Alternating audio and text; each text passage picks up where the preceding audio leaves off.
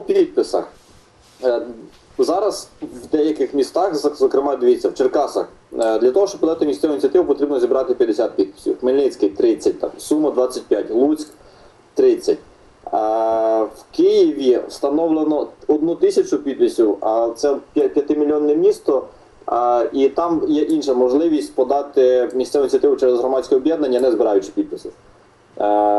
Це тому оцей страх, що 50 підписів і одразу всі кинуться подавати місцеву ініціативу, ну не буде такого.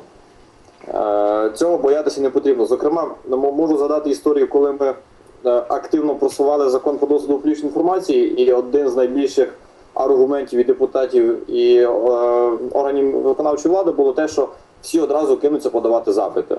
І робота органів влади зупиниться. Не зупинилася. Запити, як ми бачимо, не так активно і подають.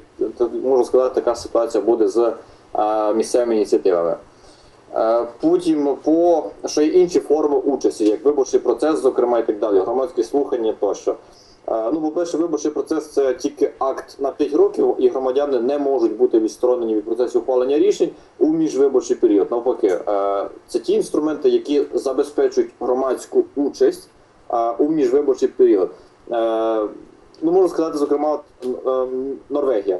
В місто Осло місцева влада визначила окрему особу, яка так і називалася там керівник департаменту з питань демократії, ну, умовно кажучи, яка виключно цим і займалася, що громадяни просто не брали участь. Місцева влада навпаки виходила до громади і намагалася її якось залучати. Потім щодо впливу там на депутатів, ВК міського голову, що депутати і так відкриті до громади, а міський голова, виконавчий комітет не відкриті. Дуже просте рішення, що міська рада може зараз ухвалити окремі положення, які ми розробили, зокрема положення про консультації з громадськістю, про громадські слухання і про громадську експертизу діяльності виконавчого комітету міського голови. І надати громадянам інструмент контролювати і впливати на міськвиконком і міського голову. Це абсолютно в повноваженнях міської ради.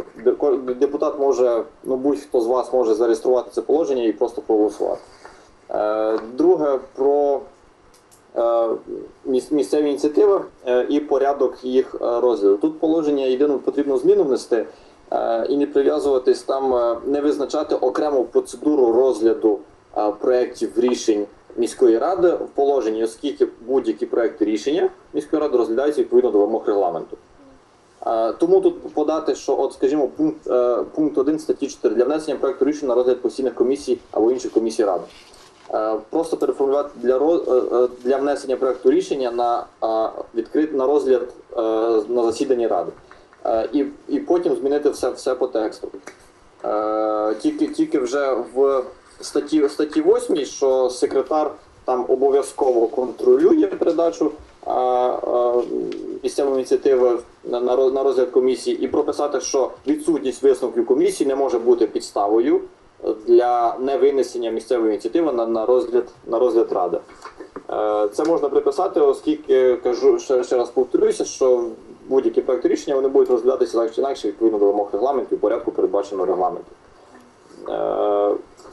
Наступне, щодо ІГС. ІГС активно пропонується залишити, оскільки інститути громадянського суспільства є і тими виразниками активної частини громади.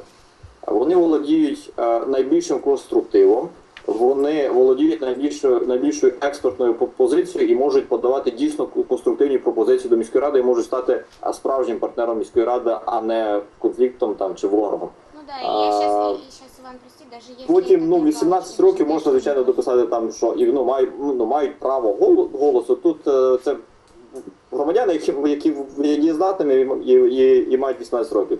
Тут конфлікту нема. Це десь мої зауваження, тому резюмуючи, якщо Чернігівська міська рада ухвалить це положення, вона буде зараз на передовій серед інших міст України. Буквально минулого року таким містом мало стати Вінниця, оскільки цей процес фактично ініціював Володимир Гройсман, але оскільки потім почалися події в Україні в листопаді, а потім він став віце-прем'єром, то цей процес зараз не рухається. Тому в місті Чернігів зараз є реальна можливість стати на передовій поруч з Ужгородом, Микола мене чує, сподіваюся. Але крім цього, пропонується ухвалити і інші положення, і надати інші інструменти участі громадянам, і, зокрема, впливу і на міського голову, і контроль за діяльністю міського голови і виконавчого комітету, зокрема через інструмент громадських експертиз, громадських слухань і консультацій з громадськістю. Десь так, загалом положення дуже хороше.